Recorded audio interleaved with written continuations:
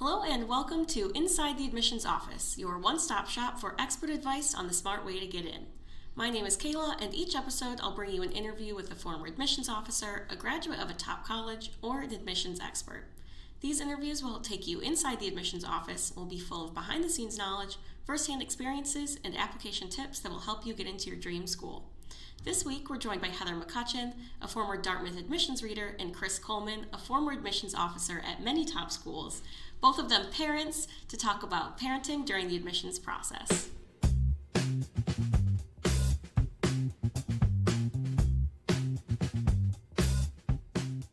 Thank you for being with us today. Hi, Kayla. Thanks for having us. Thanks. So I wanted to have you both on because both of you are admissions experts, former admissions officers and readers, but most importantly, also parents. You've had children who have gone through the application process before, and I know it's a really stressful time for parents and students. So I thought you guys are the perfect people to have on to kind of give advice as both parents and admissions experts. Sure. Absolutely. So, I first wanted to know, and I know this might be a bit different for both of you since you were admissions experts and you were probably thinking about this all the time, but for your students, when did you start thinking about the admissions process and trying to get them ready? So I think we started thinking about the admissions process when our oldest was like 2 weeks old and somebody gave her a Dartmouth diaper cover. It's amazing how quickly families will start just saying, "Oh, I bet she'll go to your alma mater," or I feel like I spent most of their childhood saying, "Really, you can go wherever you want. It's okay." And of course, my youngest is currently a 10th grader, so I'm still saying that to him. But I would say, things really kicked into high gear right before high school, making those choices about what kinds of classes they would be in high school, what track they would be on, how they'd be challenged in high school, because that really sets the stage for so much. Similar to Heather, my son's mom and I started thinking pretty much the day he was born. We're both former admission officers. Even more, similar to your oldest, my son went to the same college his grandfather and mother went. So we were also even thinking about it from that perspective. So it started very early. In fact, he grew up on Dartmouth's campus. Oh, right. Because his mom was running a program. So for us, we really started early on. It was something we were thinking about for a long time. So do you think there is a benefit to starting that early, pros and cons of that, or if there's kind of an ideal time, like this year of high school, this is when parents should really start getting serious about it?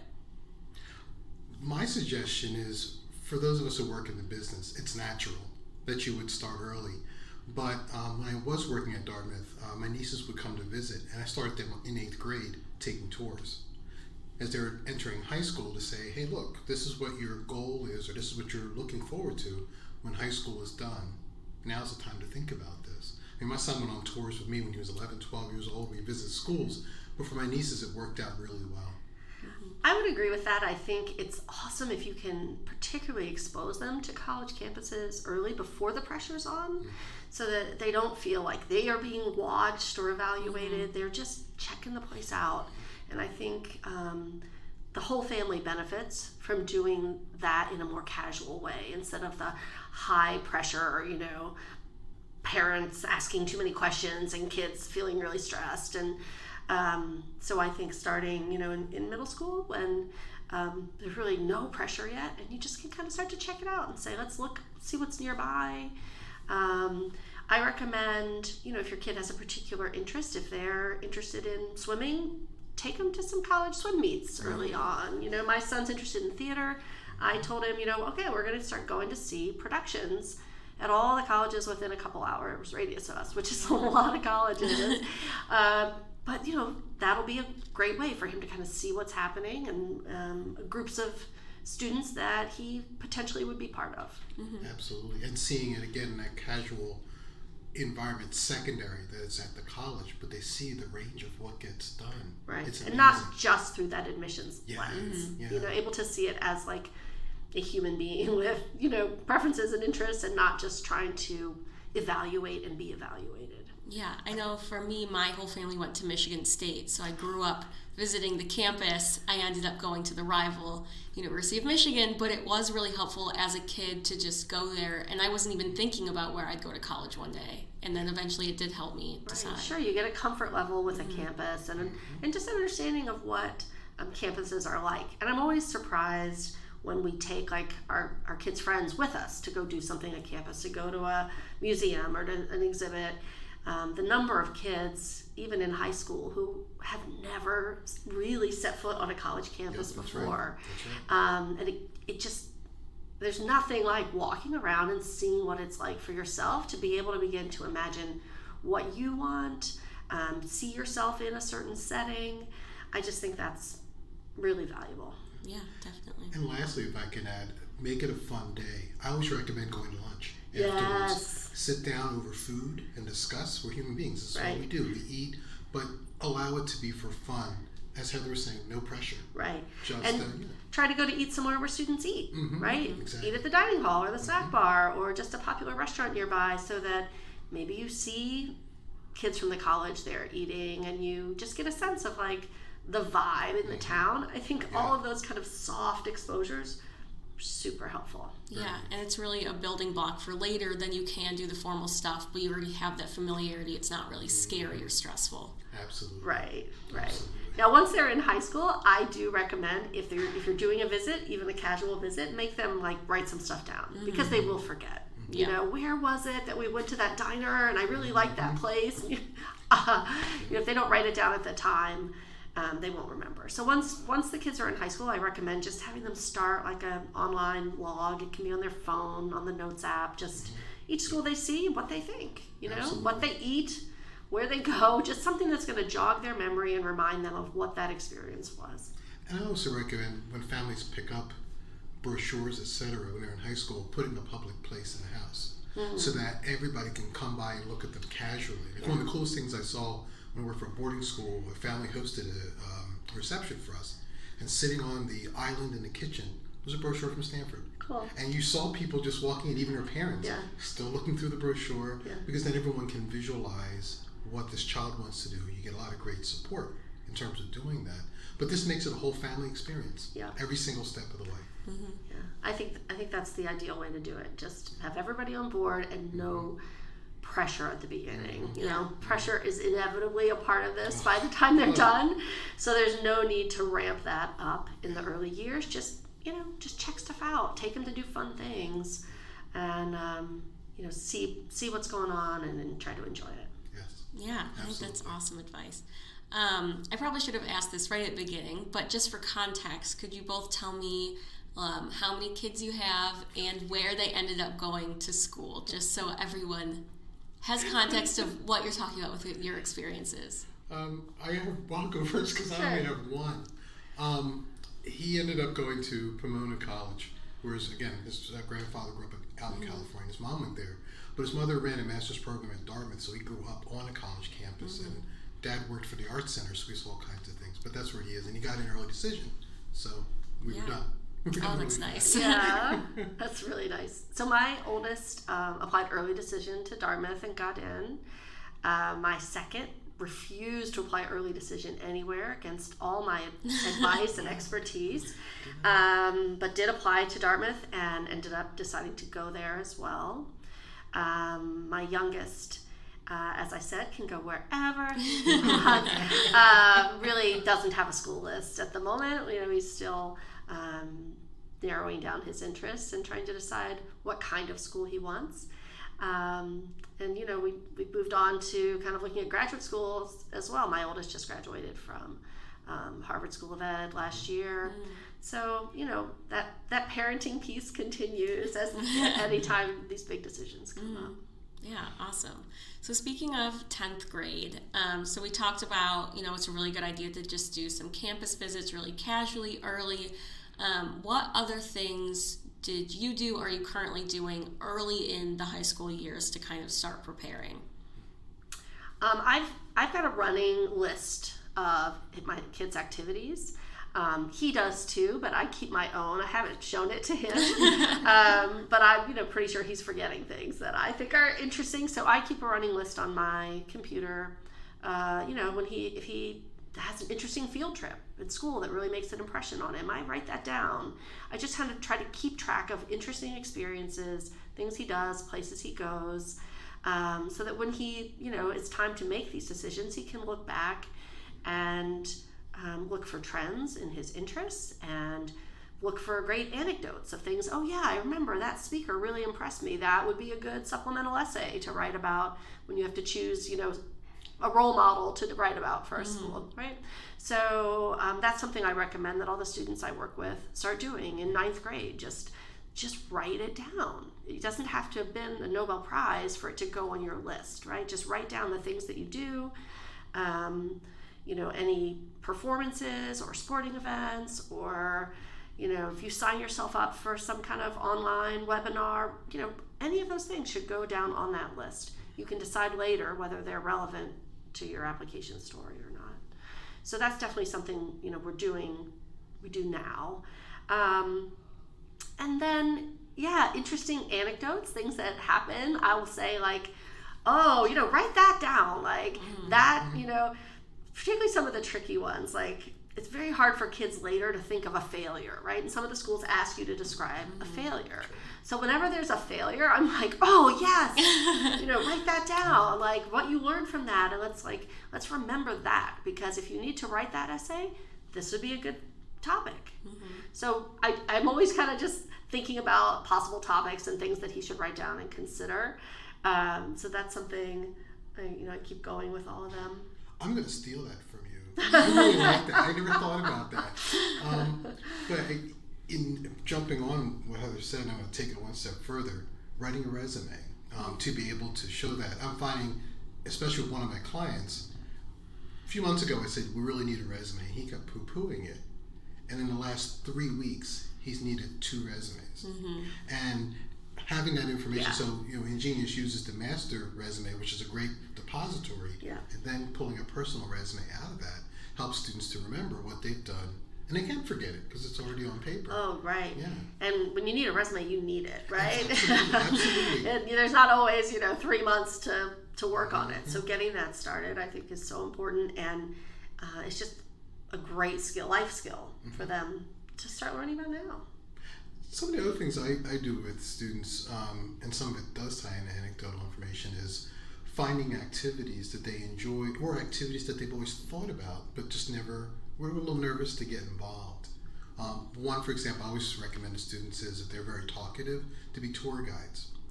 Having worked at boarding schools and kids I've worked with who were tour guides was the best preparation for the interview, because you own the tour, you have to talk about yourself while you're walking. Right, backwards. And I've had students come back that recommended them doing that. And when they went to an interview, they would say, yeah, the interview was like giving a tour.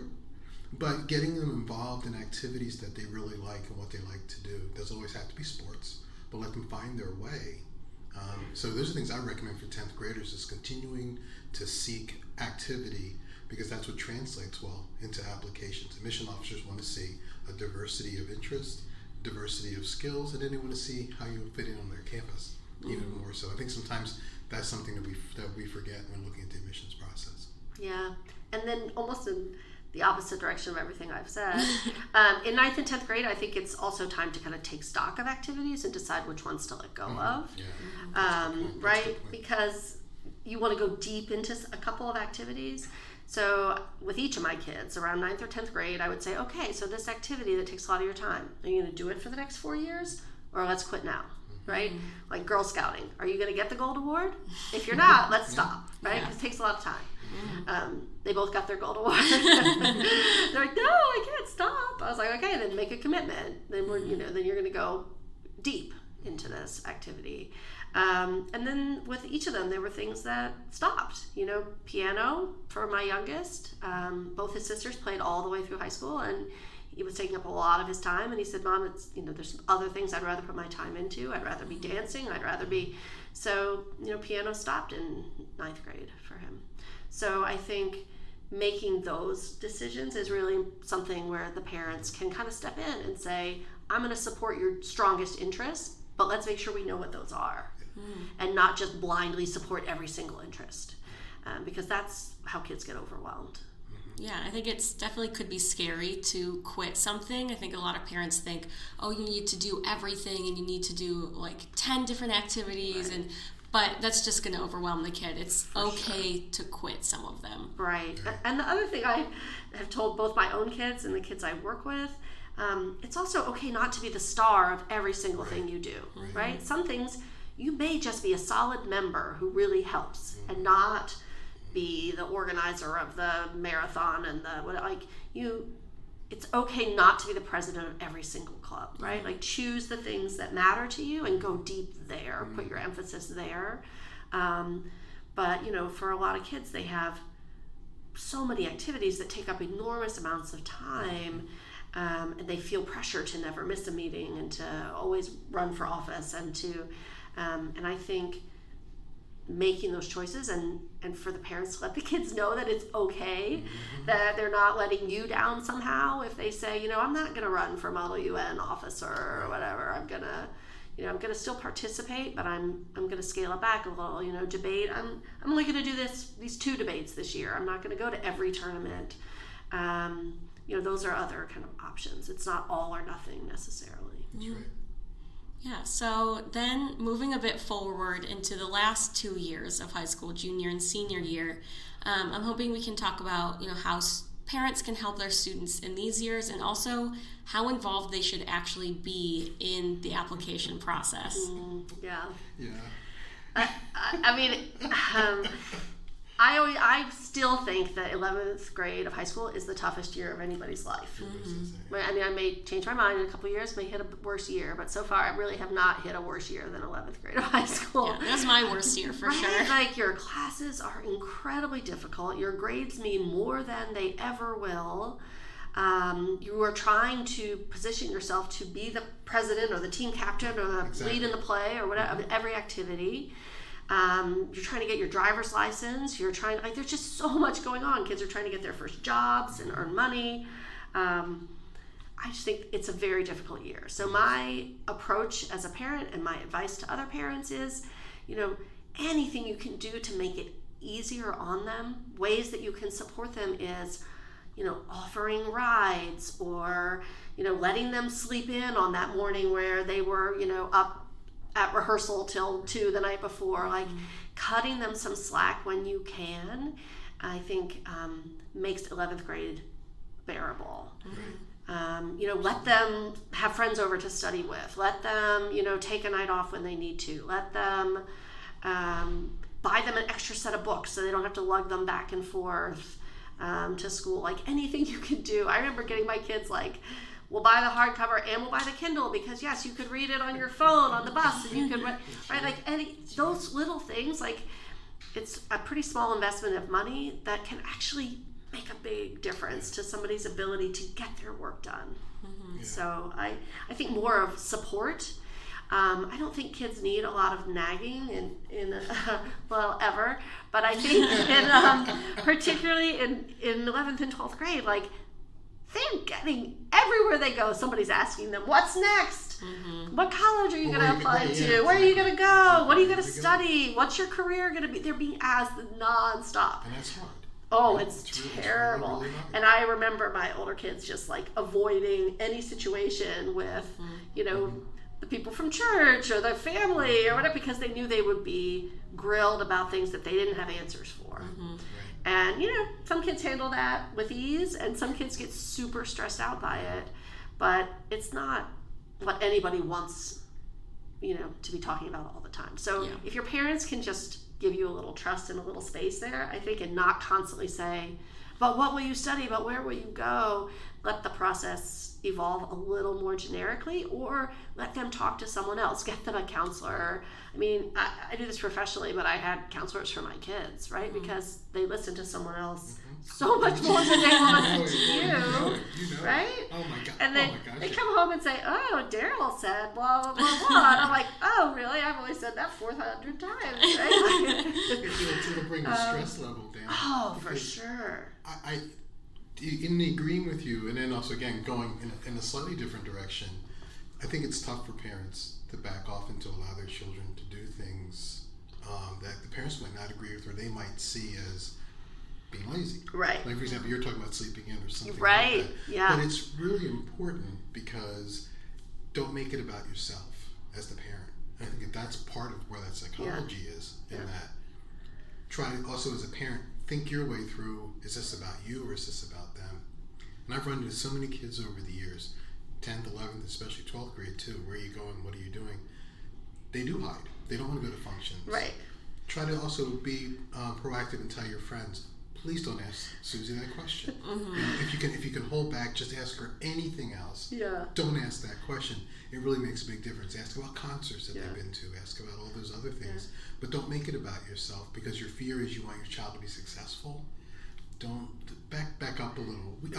Because we both worked as admission officers, being on the opposite side of it. For example, I remember going to my first college fair, and he didn't want to approach the admission officer at the table, and so I did. But I also said, I'll ask the first set of questions. Maybe this will warm you up and get you ready. And by the second table, he took over. And so, stepping back, taking a back seat. Also, let the student at 11th and 12th grade take the lead. Even if there are questions you want to ask her, there are ways you like to phrase how they say it. That goes. Right.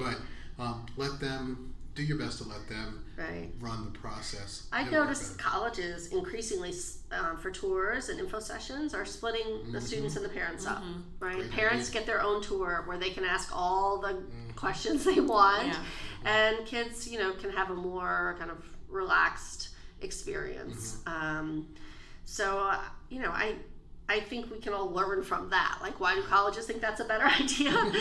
Because we can be a lot when we're stressed and we're trying to promote our kids and it's hard to be, non-embarrassing. Sometimes that can be hard.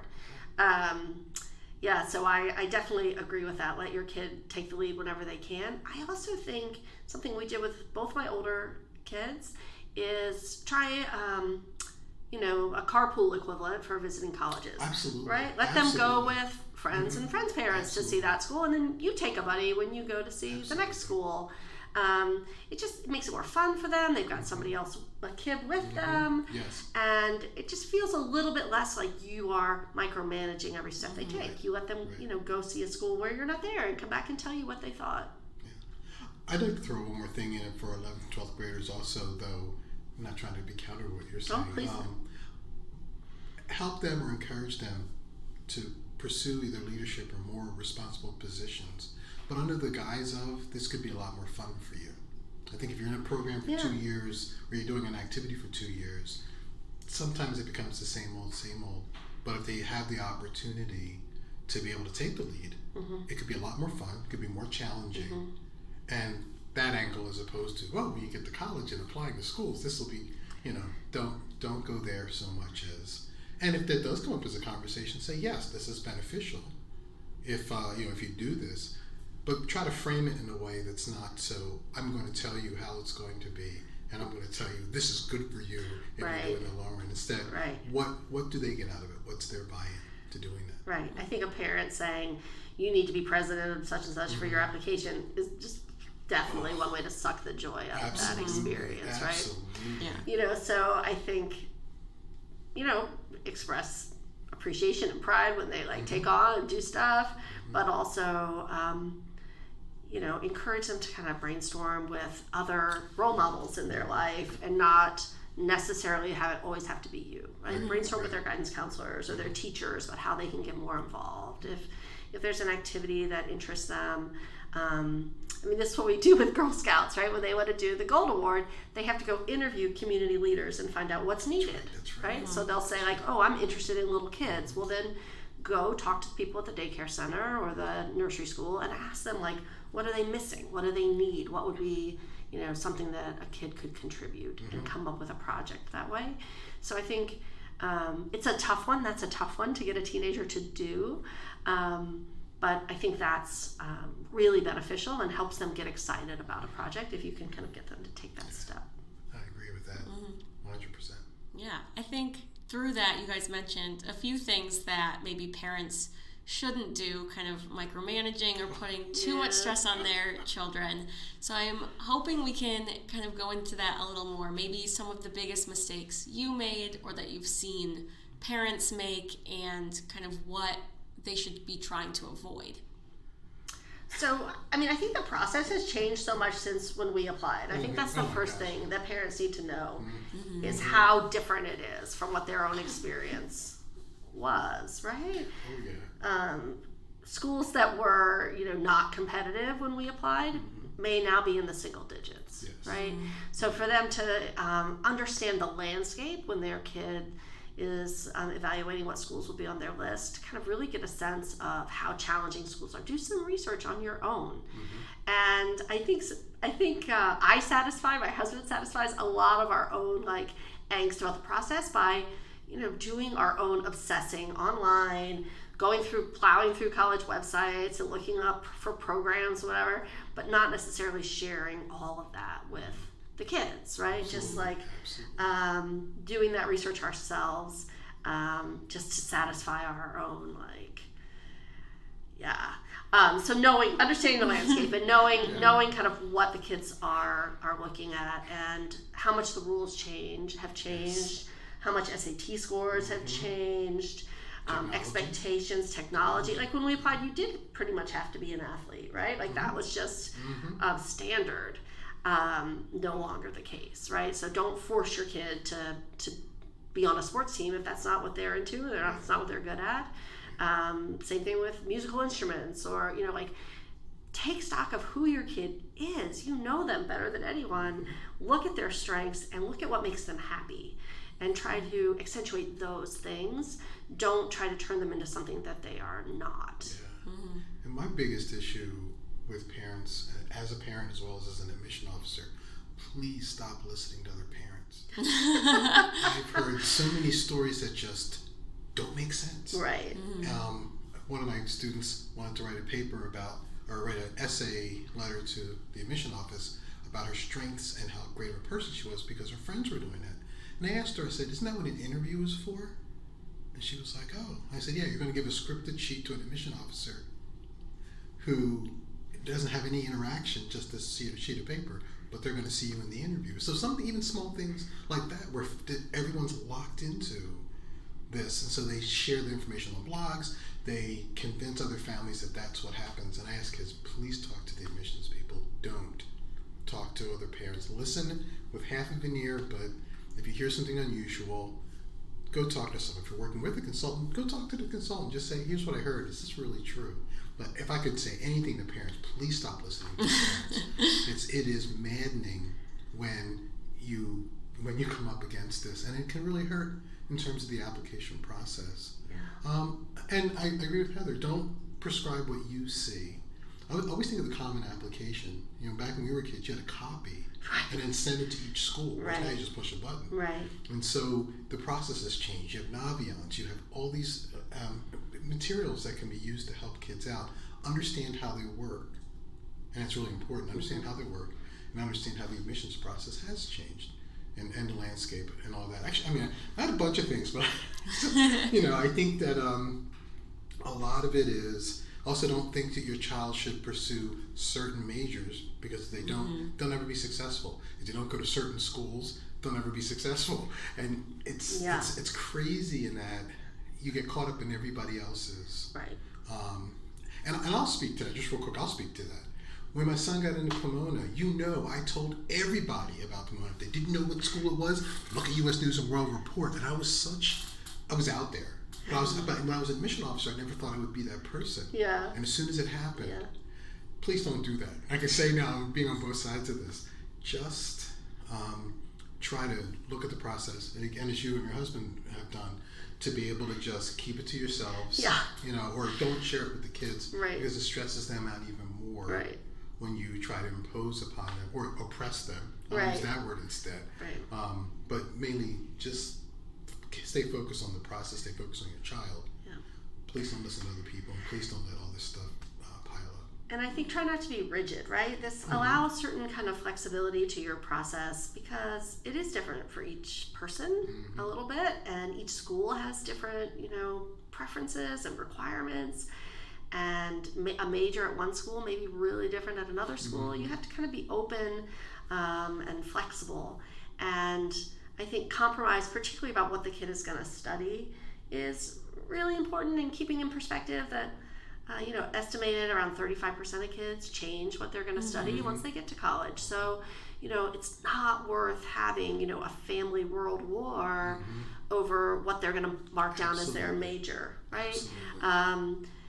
And I think, the kids can be a little flexible there too, right? There can be some compromise on both sides, and parents will say, well, I'm paying for it, I should get to decide what they're going to study. That's just a really bad strategy.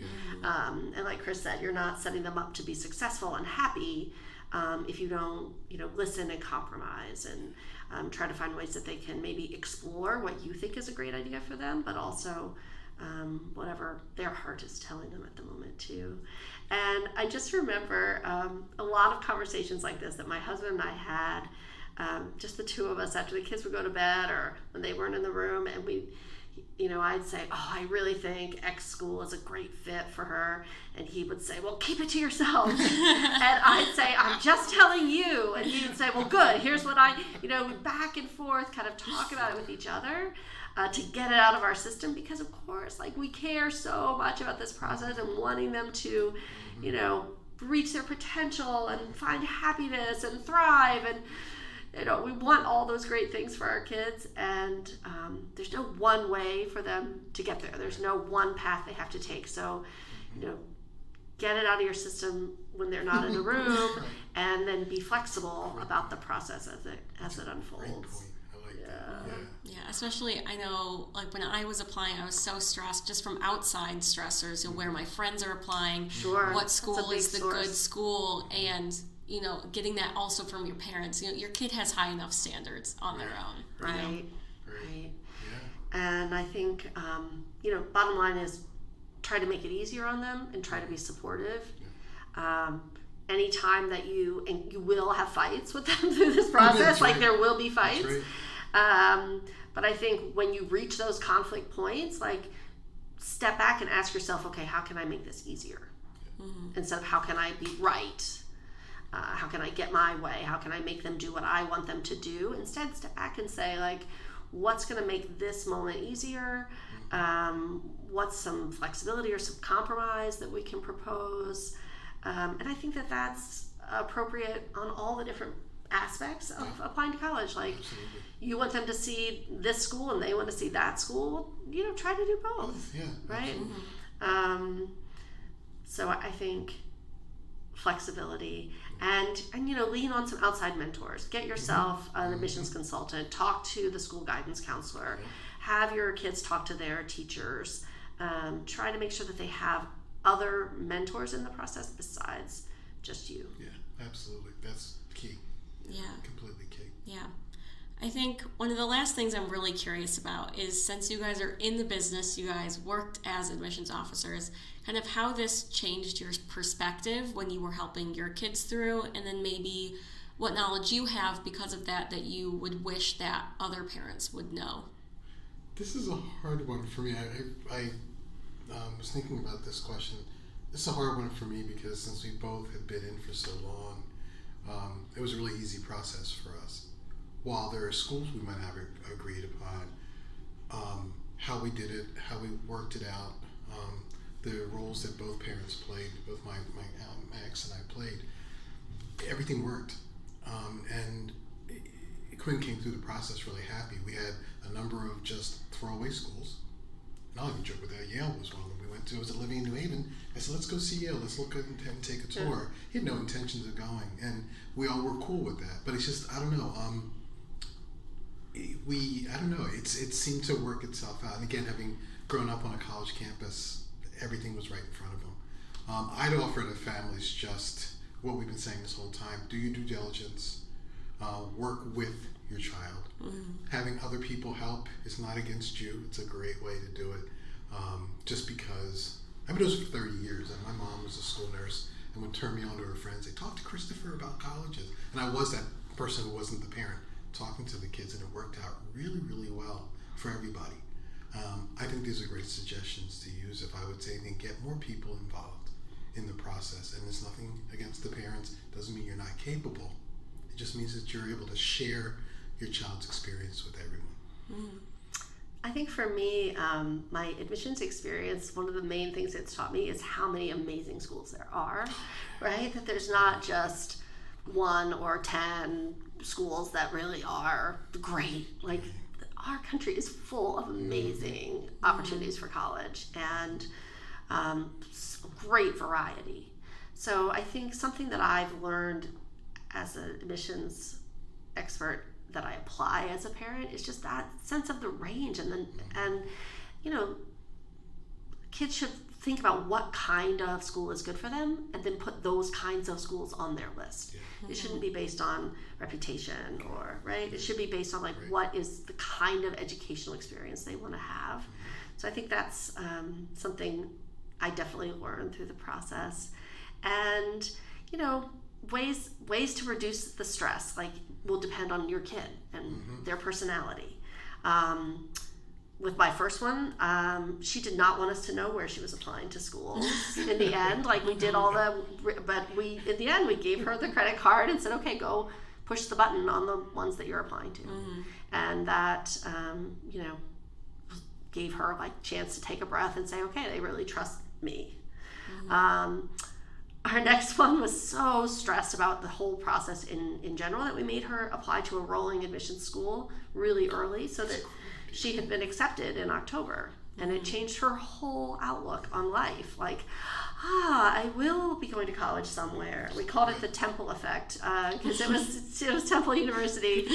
And she, the whole house was happier after that, right? Because she knew that she could succeed in the process. So I do often recommend that for people to look for a school that is, a fit or a safety for you. You feel pretty confident you can get in, and apply really early. Something that's got a rolling admission so that you can get an early answer, and then it kind of changes your whole edge at that point on. So, it's different for different kids, and you have to have that flexibility to respond. I love that. I like that idea. The Temple effect, it changed our lives. That's awesome. But it's true. Once the first acceptance comes in, it's okay. It goes way down. Yeah, okay. Fast. I will go to college. I will. This will be okay. It'll be okay. Yeah. I haven't screwed everything up, because it. The parents know that it, right from our just age and experience, we know things will be okay, right? No matter how badly the admissions process may go in the end for an individual kid, they'll survive it. They will come out on the other end. They will find their place. If it's a gap year, if it's reapply, it can be messy for a couple of years, but it will be okay. But they don't see that, So any way you can show them that it will be okay, I think is good. Yeah, that's spot on. Yeah. Well, that makes me feel good, because I remember just how stressed I was and feeling that relief of getting my first acceptance. Yeah. But just having that support from family and friends of no matter what happens, it'll be okay. fine. It will be. It will be. And if you've got parents who are listening to podcasts like this, they care about you, and they're gonna support you through the process. Yes. And so I think not to say you won't disagree and you won't cry and you won't fight, all of that will happen. But it'd probably happen if you weren't applying to college too. So it's all right. It's just part of working stuff out as they grow up. So it's a hard time, but I also think it's a time where you really see your kids as adults for the first time. You see them kind of as people who are going to make their own decisions, and that's pretty cool. So I think there are things to enjoy about it. I'm saying that with quite a few years distance from the experience, and I may not feel this way next year when my youngest is in 11th grade. But I do think there are positives that come out of the process. Oh, there are a lot of them. Yeah. Well, awesome. Thank you guys so much. I think this was all really helpful. I know I learned a bunch about thinking about oh, did my parents do that? Or like, what could I have done differently when I was younger? Never look back. Yeah, Just That's look true. forward. That's true. Think of how great you'll be for your own kids. Hopefully. So yeah, I really hope that any parents or students that are listening to this really got something out of this. So yeah, thank you both so much. Thanks for having us. This was great.